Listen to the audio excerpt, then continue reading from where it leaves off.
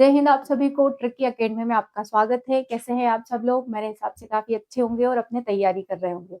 देखिए, आज हम आपके लिए थ्योरी से अलावा कुछ पीवाईक्यूज लेकर आए हैं जो कि आपके लिए काफी इंपॉर्टेंट हो सकते हैं, या आर्मी नर्सिंग के लिए, जीडी वगैरह सभी के लिए बहुत इंपॉर्टेंट रहेंगे। अगर आप इनमें से पढ़ते हैं तो आपको 100% इन्हीं में से आपको क्वेश्चन दिखाई देंगे पेपर में भी। ठीक है, ये फिलहाल अभी ये बायोलॉजी से रिलेटेड क्वेश्चन है।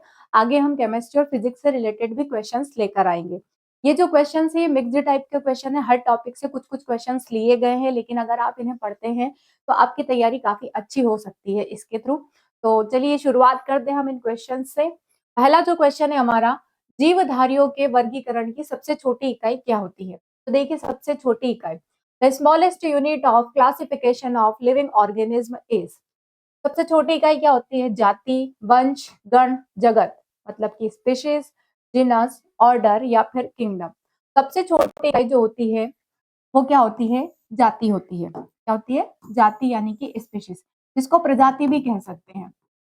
जाति या प्रजाति या स्पीशीज। और अगर आपसे पूछा जाए कि सबसे बड़ी इकाई क्या होती है, सबसे बड़ी इकाई होता है किंगडम।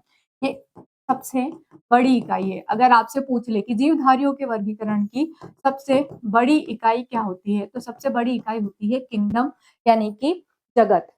जगत जो है ये दो प्रकार से अलग अलग साइंटिस्टों ने अलग अलग प्रकार से विभाजित किए गए हैं।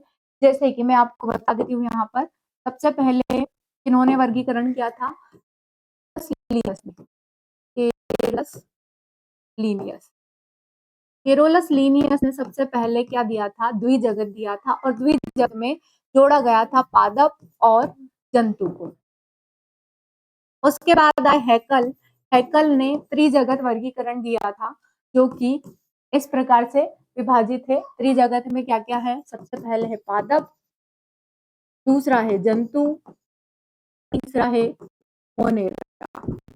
इस तरीके से हैकल ने दिया था। उसके बाद है कॉपलैंड। कॉपलैंड ने 4 जगत दिया था।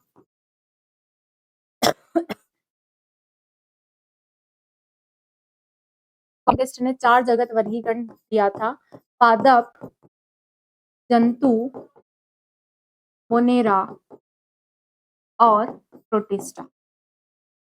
इसके बाद जो आप सबसे ज्यादा पढ़ते हो अपने सिलेबस में, 5 जगत वर्गीकरण है। और ये 5 जगत वर्गीकरण किसके द्वारा दिया गया है? 5 जगत ये दिया गया है R.H. व्हिटकर के द्वारा। व्हिटकर, R.H. व्हिटकर ने सबसे ज्यादा, सबसे बड़ा 5 जगत वर्गीकरण किया है, जो कि आप अपने सिलेबस में पढ़ते आए हो। इसमें सबसे पहले उन्होंने रखा पादप को,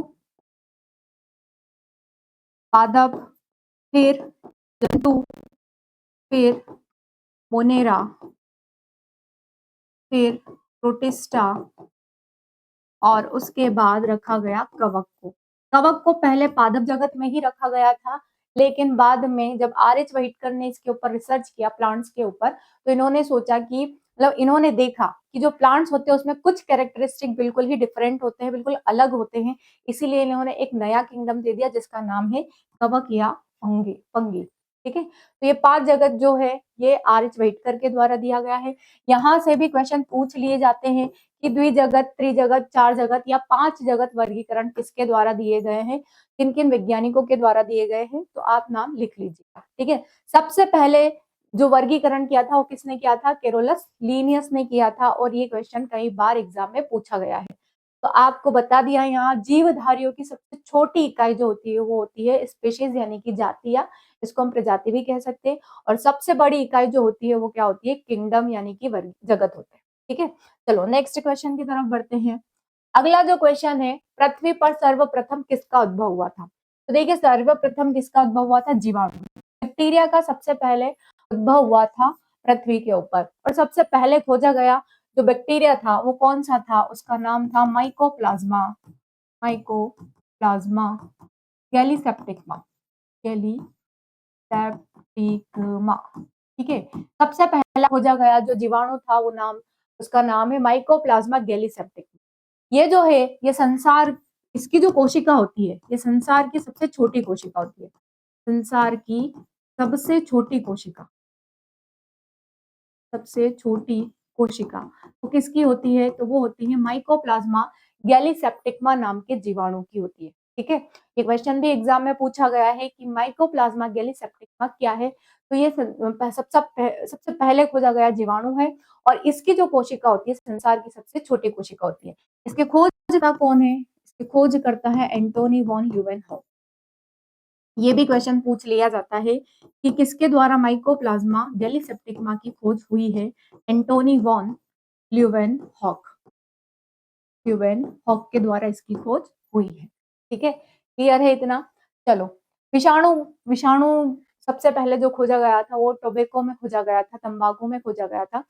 तंबाकू जो है ये हमारे इधर की अरबों की साइड की फसल है, तो ये लोग इधर ले आए थे इसको। प्लांट्स और मनुष्य इनमें इनका उद्भव नहीं हुआ था पहले, सबसे पहले जीवाणु का हुआ था। नेक्स्ट क्वेश्चन हम देखते हैं, व्हेल निम्न वर्गों में से किस वर्ग का प्राणी है? व्हेल यानी कि ब्लू व्हेल। अब आप बोलोगे कि मत्स्य वर्ग का है क्योंकि ये एक मछली है। जी बिल्कुल नहीं, ये एक स्तनधारी है यानी कि मैमल्स है। Whale belongs to which of the following classes? तो ये मैमल्स में आता है, स्तनधारी या स्तनपायी जीव आता है। ये मछली जरूर है लेकिन मत्स्य वर्ग में नहीं आती है। स्तनपायी यानी कि मैमल्स होती है ये। रेप्टाइल्स नहीं होती है, उभयचर भी नहीं होती है। देखिए मत्स्य वर्ग में जितने भी टाइप की मछलियां हैं, ब्लू व्हेल और डॉल्फिन को छोड़कर वो सभी किसमें आ जाती है? मत्स्य वर्ग में आ जाती है। स्तनधारी में जितने भी प्रकार के जीव जंतु है, जीव जंतु जिसमें मनुष्य भी आ जाते हैं, गाय भैंस बकरी घोड़ा, ये सब क्या है? स्तनधारी जीव हैं। सरीसृप, सरीसृप वो जीव होते हैं जो रेंग कर चलते हैं, रेप्टाइल्स। ठीक है, तो रेंग कर चलने वाले सरीसृप कहलाते हैं। और उभयचर जो स्थल पर भी रह ले और जो जल में भी रह ले, जैसे कि मेंढक, मेंढक स्थल में भी रह लेता है और जल में भी रह लेता है। मगरमच्छ ये जल में भी रह लेता है, स्थल में भी रह लेता है। तो ये क्या कहलाते हैं? उभयचर कहलाते हैं। तो इसका जो सही आंसर आएगा वो क्या आएगा? स्तनपायी या मैमल्स। ब्लू व्हेल जो होती है ये हमारे भारत देश की राष्ट्रीय जलीय जीव के अंतर्गत आता है ब्लू व्हेल। और ये कहाँ पाई जाती है ब्लू व्हेल? तो ये पाई जाती है गंगा रिवर, गंगा नदी में ये पाई जाती है। ठीक है, और ये हमारे भारत देश की राष्ट्रीय जलीय जीव है ब्लू व्हेल। ठीक है, ये सबसे बड़ी मछली होती है। इसके हार्ट का वजन लगभग 300 किलोग्राम, 300 क्विंटल का, 300 किलोग्राम, 300 किलोग्राम का होता है इसका हार्ट। और इसके हार्ट में भी वही 4 चैम्बर्स होते हैं जिस तरीके से हमारे हार्ट में होते हैं 4 चैम्बर्स। इसके हार्ट में भी 4 कोष्ठक यानी कि 4 चैम्बर्स होते हैं। चलो अगला क्वेश्चन देखते हैं। गर्म रुधिर वाले जंतु वे होते हैं जो अपने शरीर के तापक्रम को, warm blooded animals are those that care body temperature, किस टाइप के होते हैं? वातावरण के तापक्रम से नीचा रखते हैं, जो अपने शरीर को वातावरण के तापक्रम से नीचे रखते हैं। लोअर देन द एनवायरमेंट, वातावरण के तापक्रम से ऊंचा रखते हैं, मतलब जो एटमॉस्फेयर का टेम्परेचर रहेगा उससे ज्यादा रहेगा इसका टेम्परेचर। हमेशा एक सा बनाए रखते हैं, मतलब कांस्टेंट रहते हैं एट ऑल टाइम्स। वातावरण के तापक्रम के बराबर बनाए रखते हैं, इक्वल टू दी एनवायरमेंट। तो इसका जो सही आंसर होने वाला है वो क्या होगा? हमेशा एक सा बनाए रखते हैं। जिन जीवों में मतलब जो भी जीव गर्म रुधि वाले होते हैं वो शरीर का तापक्रम हमेशा एक समान होता है। ठीक है, फिर वो एटमोस्फेयर के हिसाब से उनका बॉडी टेम्परेचर चेंज होता रहता है। जैसे कि मान लो अभी गर्मी हो रही है ना, तो गर्मियों में फिर ये शरीर भी गर्म गर्म सा लगेगा। ठंडी होगी तो शरीर भी ठंडा ठंडा सा लगेगा। बारिश में भी ठंडी ही रहती है, इसीलिए बारिश के समय में भी शरीर में ठंडापन ही रहता है। तो सही आंसर क्या होगा? हमेशा एक सा बनाए रखते हैं। नेक्स्ट क्वेश्चन है, जंतु पौधों पर किस बात के लिए निर्भर है? जितने भी प्रकार के जंतु होते हैं वो पौधों या प्लांट्स के ऊपर किस प्रकार से निर्भर होते हैं? On what factors do animals depend on plants? भोजन के लिए, आवास के लिए, सुरक्षा के लिए या उपयुक्त सभी के लिए? फूड के लिए, शेल्टर के लिए, प्रोटेक्शन के लिए या ऑल ऑफ दी अबव? तो देखिए जितने भी प्रकार के जंतु होते हैं पौधों के ऊपर ये सभी चीजों के लिए निर्भर होते हैं, उपर्युक्त सभी इसका आंसर आएगा। ये भोजन के लिए भी इनको प्लांट्स जरूरी होते हैं, रहने के लिए भी ये पेड़ों की छांव के नीचे बैठ जाते हैं, आराम से रह सकते हैं। सुरक्षा, इन पेड़ों की छांव के नीचे इनको सुरक्षा भी महसूस होती है, इसीलिए उपर्युक्त सभी इसका आंसर आएगा। नेक्स्ट क्वेश्चन देखते हैं हम, मानव का वैज्ञानिक नाम क्या है? जो मनुष्य होते हैं यानी कि हम लोग, हमारा जो साइंटिफिक नेम है वो क्या है? The scientific name of humans is Homo sapiens, Taenia, solium, Paramecium या इनमें से कोई नहीं? देखो टीनिया सोलियम जो है ये एक टाइप का प्रोटोजोआ है, पैरामीशियम जो है ये भी एक टाइप का प्रोटोजोआ या कवक बोल सकते, कवक है। और बचा क्या इनमें से कोई नहीं तो ऑप्शन नहीं होगा, बचता क्या है होमोसेपियन। तो मनुष्य का जो वैज्ञानिक नाम है, जो साइंटिफिक नेम होता है ह्यूमन का, वो क्या होता है, होमोसेपियंस होता है। होमोसेपियंस जो है आदि मानव की ही एक कैटेगरी है, और हम आदि मानव ही हुआ करते थे पहले। अब धीरे धीरे समझ आ गई तो हम इंसानों के रूप में दिखाई देते हैं, लेकिन हम पहले आदि मानव ही थे। ठीक है, तो उनकी एक कैटेगरी है जिसका नाम था होमोसेपियंस। तो उनके लक्षण और हमारे सेम है, इसीलिए हमारा नाम क्या रख दिया, होमोसेपियंस। नेक्स्ट क्वेश्चन देखते हैं हम। सबसे बड़ा जीवित पक्षी, the largest living bird is, kiwi. Kiwi है, पेंगुइन है, बाज है, या फिर शुतुरमुर्ग है। तो सबसे बड़ा जीवित पक्षी जो है वो शुतुरमुर्ग है। ठीक है, ऑस्ट्रिच और सॉरी, शुतुरमुर्ग की ही जो कोशिका होती है, इसकी जो कोशिका है, इसकी कोशिका को कहा जाता है संसार की सबसे बड़ी कोशिका। संसार की सबसे बड़ी कोशिका, संसार की सबसे बड़ी कोशिका किसकी होती है, शुतुरमुर्ग के अंडे की। ठीक है, ऑस्ट्रिच एग जो होता है वो संसार की सबसे बड़ी कोशिका। अभी मैंने आपको कुछ टाइम पहले संसार की सबसे छोटी कोशिका भी बताई थी, माइकोप्लाज्मा गैलीसेप्टिकमा, जो कि एक जीवाणु की होती है, एक बैक्टीरिया की होती है। सही आंसर क्या आएगा इसका, ऑस्ट्रिच ना, ये सबसे बड़ा जीवित पक्षी है। नेक्स्ट क्वेश्चन, जैव उपचारण, बायो रेमेडिएशन इज, से क्या तात्पर्य है। बायो रेडिएशन रेफर्स टू जीवों द्वारा पर्यावरण से विषैले पदार्थों का निष्कासन, removal of toxic substances from the environment by organism, रोगाणुओं व पीड़कों पर जैविक नियंत्रण, biological control of pathogens and pest, शरीर के अंगों का प्रत्यारोपण, ट्रांसप्लांटेशन ऑफ बॉडी ऑर्गन, सूक्ष्म जीवों की सहायता से रोगों का निदान, diagnosis of disease using micro organism. तो इसका जो सही आंसर होगा, जैव उपचारण, बायो रेमेडिएशन जो होता है, ये क्या होता है, बायो रेडी रेमेडिएशन जो होता है ये इसका जो सही आंसर होगा, जीवों द्वारा पर्यावरण से विषैले पदार्थों का निष्कासन। ठीक है, बायोलॉजी से रिलेटेड होकर ये पर्यावरण से जितने भी टॉक्सिक मटेरियल होते हैं ऑर्गेनिज्म में, उनको बाहर निकालने की जो प्रक्रिया होती है वो क्या कहलाती है, बायो रेडिएशन कहलाती है, रेमेडिएशन कहलाती है। ऑप्शन ए पहला इसका सही आंसर होगा। नेक्स्ट क्वेश्चन है, जैविक जगत में होने वाले कार्य, गुण व पद्धति का अध्ययन कर इस ज्ञान को मशीनी जगत करने को क्या कहते हैं।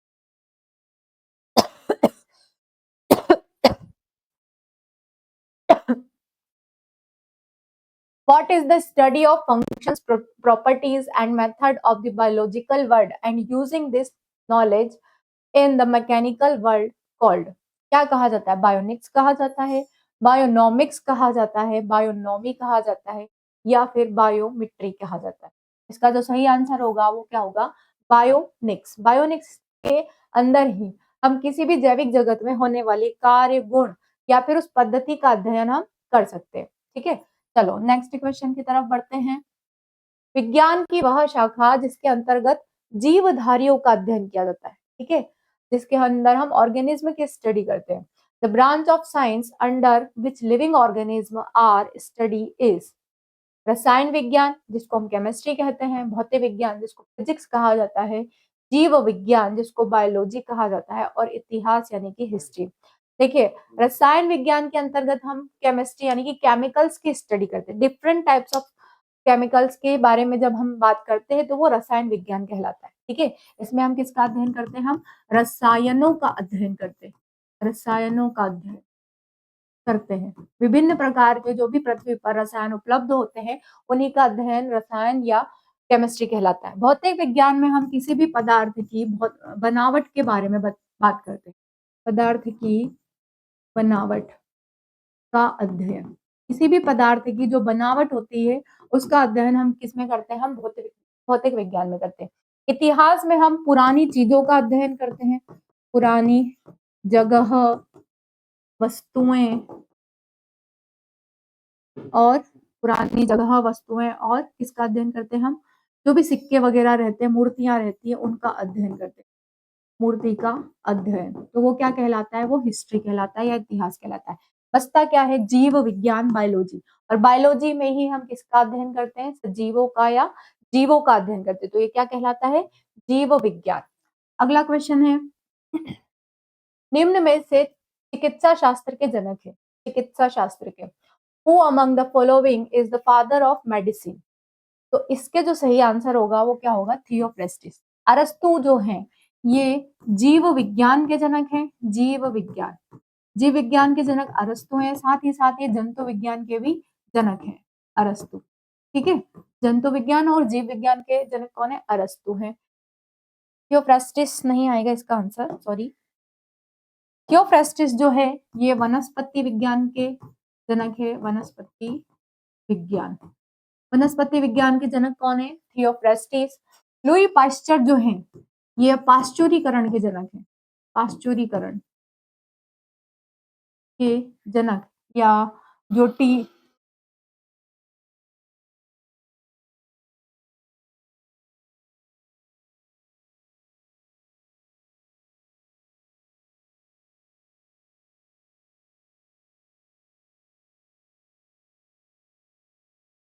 चिकित्सा शास्त्र के जो जनक हैं वो हैं हिप्पोक्रेट्स। ठीक है, मैंने आपको बता दिया अरस्तु जो है ये जंतु विज्ञान के जनक है, साथ ही साथ ये जीव विज्ञान के भी जनक है। थियोफ्रेस्टिस जो है वनस्पति विज्ञान के जनक है, और लुई पाश्चर जो है इन्होंने पाश्चुरीकरण का सिद्धांत दिया था।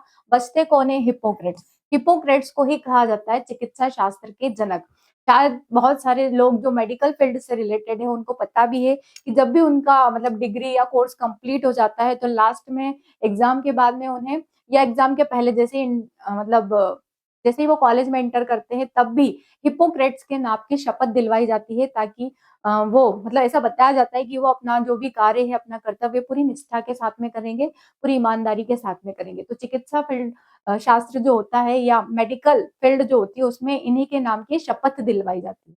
ठीक है, चलो आगे बढ़ते हैं। अब हम, चाहे वो नर्सिंग हो, चाहे वो डॉक्टरी वगैरह जो भी हो, जिस भी फील्ड में हो, सभी को हिपोक्रेट्स के नाम की ही शपथ दिलवाई जाती है। चलो नेक्स्ट क्वेश्चन है, प्लांटी। प्लांटी होते हैं, प्लांटी आर एक कोशिकीय पौधे यूनिसेलुलर प्लांट्स, बहुकोशिकीय पौधे मल्टी सेलुलर प्लांट्स, यूकेरियोटिक जंतु, यूकेरियोटिक एनिमल्स, या इनमें से कोई नहीं।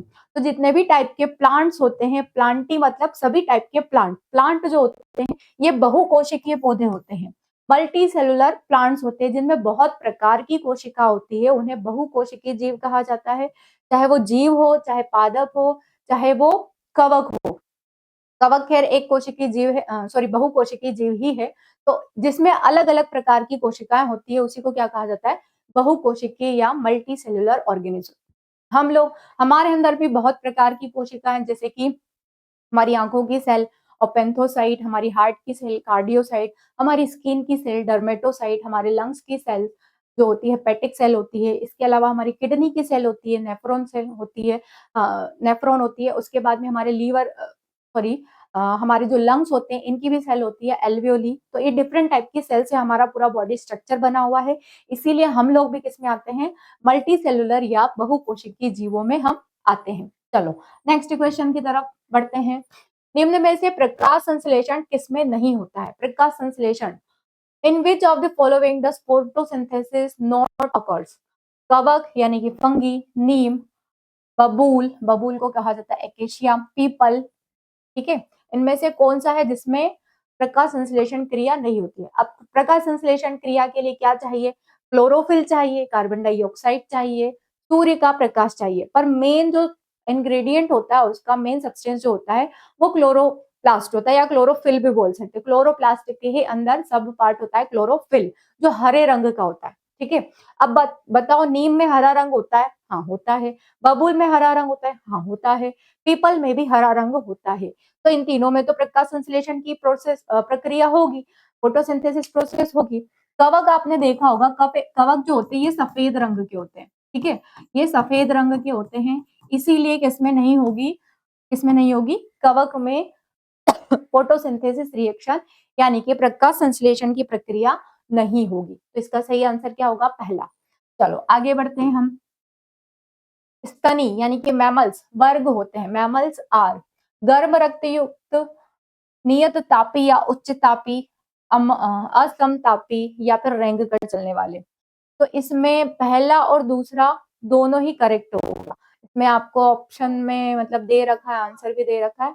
तो हम लोग जो हैं या स्तनधारी जितने भी लोग होते हैं ये गर्म रक्त वाले होते हैं, साथ में ये क्या होते हैं नियत ताप और उच्च ताप वाले भी होते हैं। तो इसका सही आंसर क्या होगा, गर्म रक्त युक्त। चलो आगे बढ़ते हैं। छिपकली किस वर्ग का प्राणी है? छिपकली to which class does a lizard belong? Lizard जो होती है, छिपकली जो होती है, किस वर्ग को बिलोंग करती है? एम्फीबिया वर्ग। अभी मैंने बताया था एम्फीबिया को क्या कहा जाता है, उभयचर। हिंदी में इसको कहा जाता है उभयचर। उभयचर का मतलब होता है जो दो स्थानों पर रह ले, दो स्थान यानी कि जल में भी रह ले और स्थल में भी रह ले, ठीक है, दोनों में रह ले तो उसको क्या कहा जाता है, उभयचर या एम्फीबिया कहा जाता है। पक्षी वर्ग आकाश में रहता है। सरीसृप जो रेंग कर चलते हैं, और स्तनी वर्ग जिसमें हम लोग आते हैं। तो छिपकली आपने देखी होगी रेंग कर चलती है, ठीक है, तो इसीलिए किसमें आती है, सरीसृप यानी कि रेप्टाइल्स में आएगी। ऑप्शन का सही आंसर होगा। नेक्स्ट क्वेश्चन देखते हैं। मत्स्य वर्ग के जंतु होते हैं, मत्स्य animals of the fishes class are जलचर, एक्वेटिक, थलचर यानी कि टेरेस्ट्रियल, नभचर, एरियल या दूसरा तीसरा दोनों। थलचर का मतलब जो स्थल पर होते हैं। आपने देखा है मछलियां स्थल पर होती है? नहीं होती है। नभचर, क्या आपने मछलियों को आकाश में उड़ते हुए देखा है? नहीं देखा है। तो बचता क्या है, जलचर, एक्वेटिक। ऑप्शन पहला इसका सही आंसर होगा। नेक्स्ट क्वेश्चन, निम्न में से किस प्रकार के जंतुओं में लाल रंग का या लाल रक्त का अभाव होता है? एनाइमा, सॉरी इनाइमा, एनाइमा, ओविपेरस या फिर वीवीपेरस, ठीक है, किसमें होता है? देखो वीवीपेरस जो होता है, जो बच्चे को मतलब बच्चे के रूप में जिसका जन्म होता है, जैसे कि हम लोग हम हमारे बेबी को या तो बेबी गर्ल होती है या बेबी बॉय होता है, पर वो कैसा होता है, प्लेसेंटा के अंदर से हम उसको मतलब ऑपरेशन करके या नॉर्मल डिलीवरी के थ्रू बाहर निकालते हैं। तो वीवीपोरस हो गया। ओविपोरस का मतलब होता है जो अंडा बनाएगा, पहले अंडा निकालेगा, फिर वो मेच्योर होगा और फिर अपने आप फूट जाएगा। जैसे कि मुर्गी, मुर्गी का देखा होगा, मुर्गी पहले अंडा देती है, फिर धीरे धीरे कुछ टाइम के बाद उसमें से चूजा निकलता है, तो वो ओविपोरस में आता है। मनुष्य वीवीपोरस में है, और इस टाइप के जीव जो अंडा देकर अपने बच्चों को जन्म करवाते हैं वो ओविपोरस कहलाते हैं। अब यहाँ बात चल रही है कि लाल रक्त का अभाव हो, जिसमें लाल रक्त नहीं पाया जाता है, वो क्या होता है, वो एनाइमा होता है, ठीक है। ऑप्शन 2 इसका सही आंसर होगा, एनाइमा, ठीक है। नेक्स्ट क्वेश्चन देखते हैं। प्राणी जातियों के नामकरण हेतु द्वितीय, देखो पहला जो क्वेश्चन था मैंने उसमें बताया आपको द्विजगत, त्रिजगत, चार जगत और पांच जगत। यहाँ पर द्विनाम पद्धति यानी कि बायनोमियल नोमेनक्लेचर का जो टू किंगडम क्लासिफिकेशन है वो पूछा है, किसके थ्रू दिया गया है? Who developed the binomial nomenclature for naming species? Carolus Linnaeus, Gregor Mendel, Charles Darwin, Robert Hooke. देखो रॉबर्ट हुक ने क्या किया था, कोशिका की खोज की थी, कोशिका की खोज की थी। और ये किस प्रकार की कोशिका थी, ये एक मृत कोशिका थी, ठीक है। चार्ल्स डार्विन ने डार्विन सिद्धांत दिया था, डार्विन सिद्धांत। अब डार्विन सिद्धांत क्या होता है, तो इन्होंने एक ही स्पीशीज के कई सारे जो ईगल थे उनको देखा कि वो एटमॉस्फेयर के हिसाब से या जो जहां रहता है उसके हिसाब से उनकी चोंच का जो भी साइज है वो कैसे इंक्रीज हुआ है या कम हो गया है, डिक्रीज हो गया है। तो वो सिद्धांत किसने दिया था, डार्विन ने, कि मनुष्य अगर किसी अंग का ज्यादा उपयोग करता है तो वो अंग बढ़ता हुआ चला जाता है, और जिस अंग का कम उपयोग करता है वो धीरे धीरे करके विलुप्त हो जाता है। ये सारी चीजें किसने बताई थी, डार्विन ने बताई थी। तो ये डार्विन सिद्धांत कहलाता है। क्रीगर जॉन मेंडल ने आनुवंशिकी का सिद्धांत दिया था, आनुवंशिकी, आनुवंशिकी का सिद्धांत या आनुवंशिकी के जनक इन्हीं को कहा जाता है। आनुवंशिकी के बारे में बताने वाले कौन थे, ग्रीगर जॉन मेंडल। बच्चे कौन है, कैरोलस लीनियस। सही आंसर क्या होगा इसका, पहला, ठीक है। कैरोलस लीनियस ने द्विजगत वर्गीकरण दिया था जिसमें पादप और जंतु को शामिल किया था। अगला क्वेश्चन देखें हम।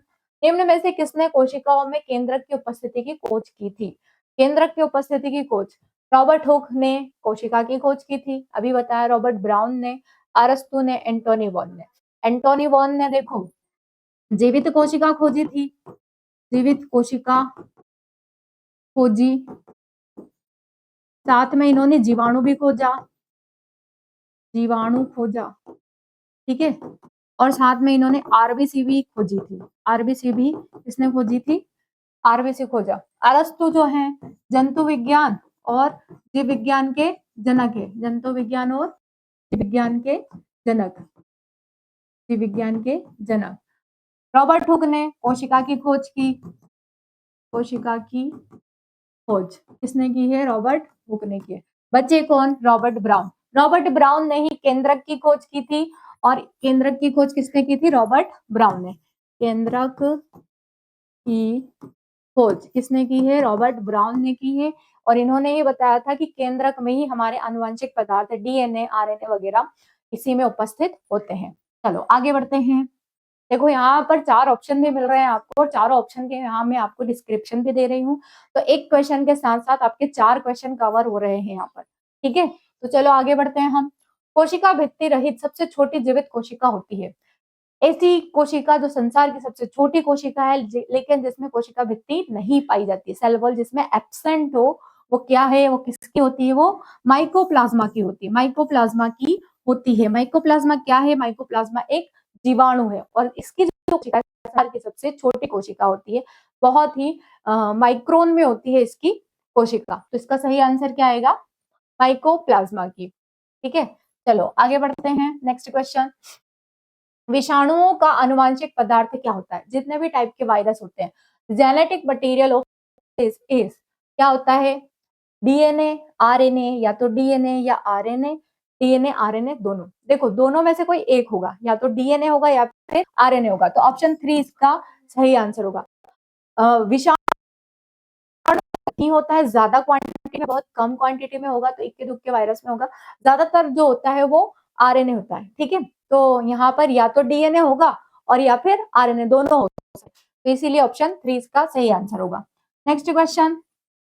एड्स रोग क्या का कारण है? The cause of AIDS disease is विषाणु, जीवाणु, कवक या माइकोप्लाज्मा। एड्स जो होता है ये विषाणु के माध्यम से होता है। ऑप्शन पहला इसका सही आंसर है। और इसके वायरस का नाम क्या है? रेट्रोवायरस। रेट्रोवायरस, ठीक है। एड्स के बारे में मैं आपको बता देती हूँ। एड्स जो होता है इसका फुल फॉर्म लिख लीजिए आप। Ads acquired immuno deficiency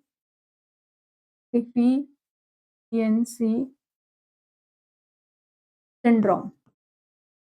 deficiency syndrome, ठीक है। इसके वायरस का नाम क्या है? वायरस का नाम है एचआईवी। कभी आपको रेट्रोवायरस भी लिखा हुआ सकता है, कभी आपको एचआईवी भी। तो आपको ध्यान रखना है, रेट्रोवायरस दिया तो आप रेट्रोवायरस लगाएंगे, नहीं तो फिर एचआईवी। एचआईवी का फुल फॉर्म भी लिख लीजिए, ह्यूमन इम्यूनो डिफिशियंसी वायरस, ठीक है। ये एचआईवी का। इसके लिए एक टेस्ट होता है, इसका परीक्षण करने के लिए जो टेस्ट होता है, मतलब पता लगाने के लिए कि पॉजिटिव है या नहीं, तो टेस्ट का नाम है एलिसा। एलिसा। और एलिसा का भी फुल फॉर्म लिख लीजिए आप। एंजाइम्ड लिंक्ड इम्यूनो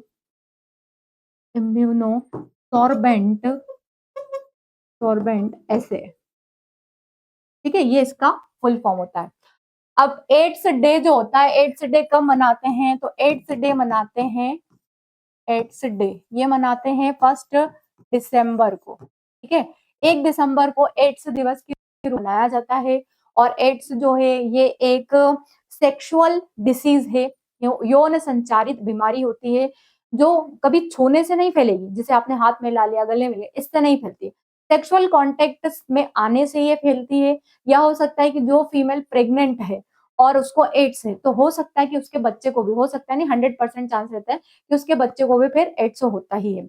या जो ऐसा पर्सन है जिसको एड्स है, उसका ब्लड किसी नॉर्मल पर्सन में चढ़ा दिया जाए तो उसको भी एड्स हो ही जाएगा। या कोई ऐसा पर्सन है जो एड्स वाला है और उसने शेविंग बनवाई है कहीं शॉप पर, और उसी जो रेजर है वही किसी नॉर्मल पर्सन में यूज कर लिया, तो भी एड्स उसको भी हो जाएगा। तो जब ब्लड के साथ, जब पॉजिटिव वाला ब्लड किसी नॉर्मल ब्लड के साथ में मिलता है, तभी उस नॉर्मल पर्सन को क्या होता है? एड्स होता है। ठीक है? तो एड्स होने के अलग-अलग सिम्पटम्स होते हैं ये और एड्स डे कब सेलिब्रेट करते हैं? 1 दिसंबर को